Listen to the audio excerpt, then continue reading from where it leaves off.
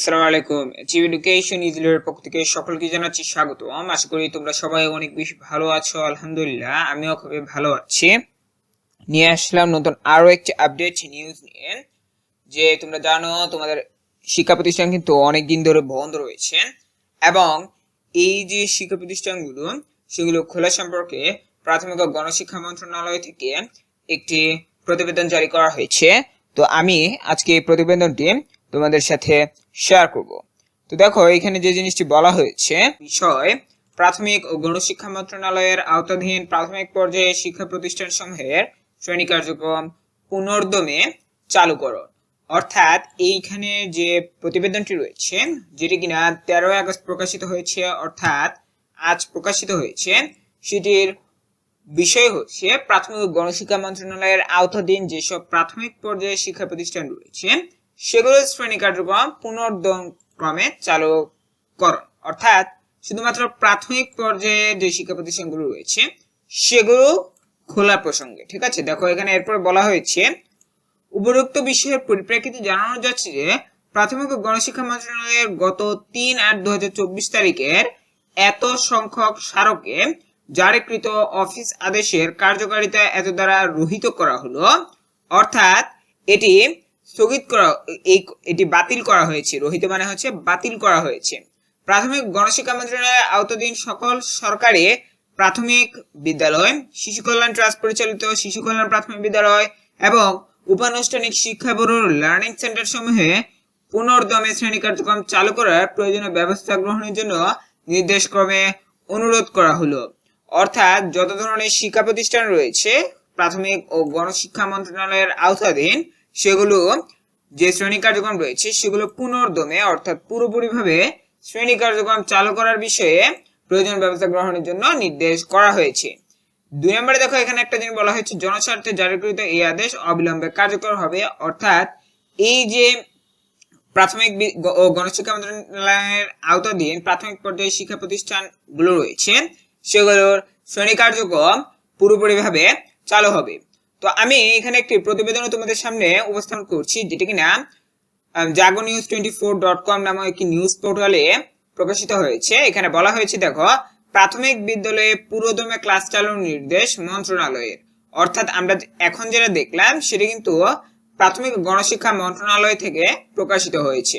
ঠিক আছে, এরপরে দেখো এখানে বলা হয়েছে যে নিচে দেশের সব প্রাথমিক বিদ্যালয়ে পুরোদমে ক্লাস চালুর নির্দেশ দিয়েছে প্রাথমিক ও গণশিক্ষা মন্ত্রণালয়।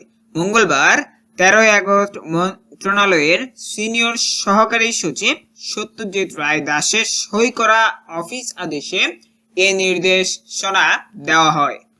এতে বলা হয় প্রাথমিক ও গণশিক্ষা মন্ত্রণালয়ের আওতাধীন সব সরকারি প্রাথমিক বিদ্যালয়, শিশু কল্যাণ প্রাথমিক বিদ্যালয় ও উপানুষ্ঠানিক শিক্ষা ব্যুরোর লার্নিং সেন্টার সমূহে পুরোদমে শ্রেণী কার্যক্রম চালু করার প্রয়োজনীয় ব্যবস্থা গ্রহণের জন্য নির্দেশক্রমে অনুরোধ করা হলো।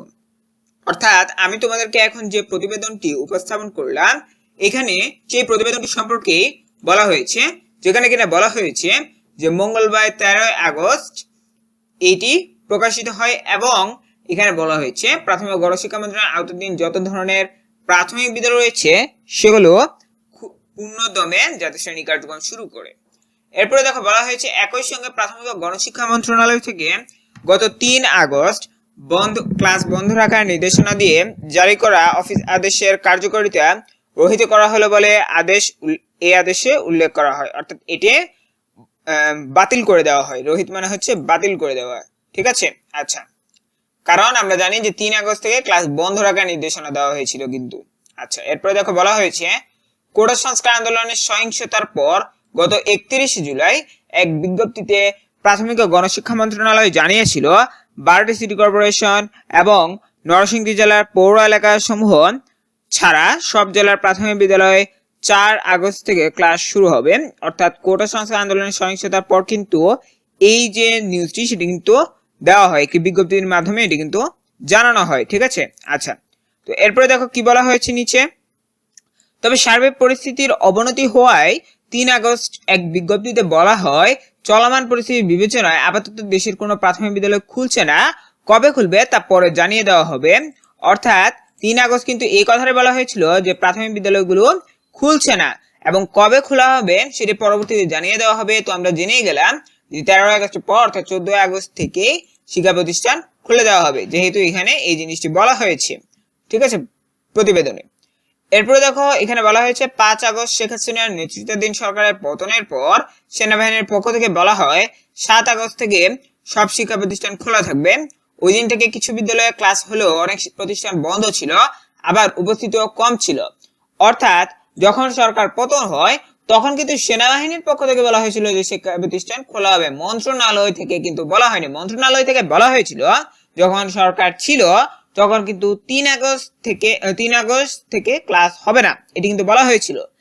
এবং পরবর্তীতে যখন সরকার পতন হয় তখন কিন্তু মন্ত্রণালয় বন্ধ ছিল, তখন সেনাবাহিনীর পক্ষ থেকে বলা হয় 7 আগস্ট থেকে সব শিক্ষা প্রতিষ্ঠান খোলা থাকবে। কিন্তু দেখা যায় যে উপস্থিতি কম ছিল, ক্লাস হলেও অনেক প্রতিষ্ঠান বন্ধ ছিল।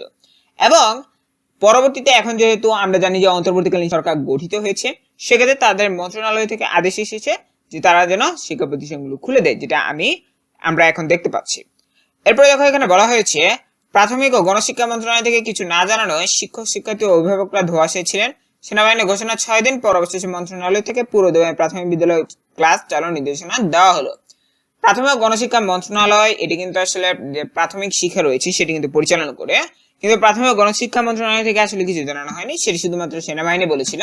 পরবর্তীতে 6 দিন পর অর্থাৎ আজ মন্ত্রণালয় থেকে পুরো প্রাথমিক বিদ্যালয়ের ক্লাস চালানোর নির্দেশনা দেওয়া হলো। অর্থাৎ এর মাধ্যমে আমরা জেনে গেলাম যে আমাদেরকে এখন যেটি বলা হয়েছে সেটা হচ্ছে যে ক্লাস চলবে, ঠিক আছে, প্রাথমিক বিদ্যালয়ে ক্লাস চলবে। এখনো মাধ্যমিক বিদ্যালয় সম্পর্কে কিছু বলা হয়নি, প্রাথমিক বিদ্যালয় সম্পর্কে বলা হয়েছে। প্রাথমিক বিদ্যালয় সম্পর্কে খুবই নির্দেশনা আসবে শিক্ষা মন্ত্রণালয় থেকে, তো সেটি আসলে আমি সেটিও জানিয়ে দিব। তো এতটুকুই ছিল যে প্রাথমিক বিদ্যালয়ের পুরোদমে ক্লাস চালানোর নির্দেশনা বলা হয়েছে, এবং আমি তোমাদেরকে কি প্রতিবেদন এবং যে প্রজ্ঞাপনটি রয়েছে সেটি দেখিয়ে দিলাম, যেটি কিনা প্রাথমিক ও গণশিক্ষা মন্ত্রণালয় থেকে প্রকাশিত হয়েছে। তো পরবর্তীতে অন্য কোনো বিষয় আসলে সেটা নিয়ে আলোচনা করবো। ততক্ষণ পর্যন্ত তোমরা থাকো আমাদের সাথে। আসসালামু আলাইকুম ওয়া রাহমাতুল্লাহ।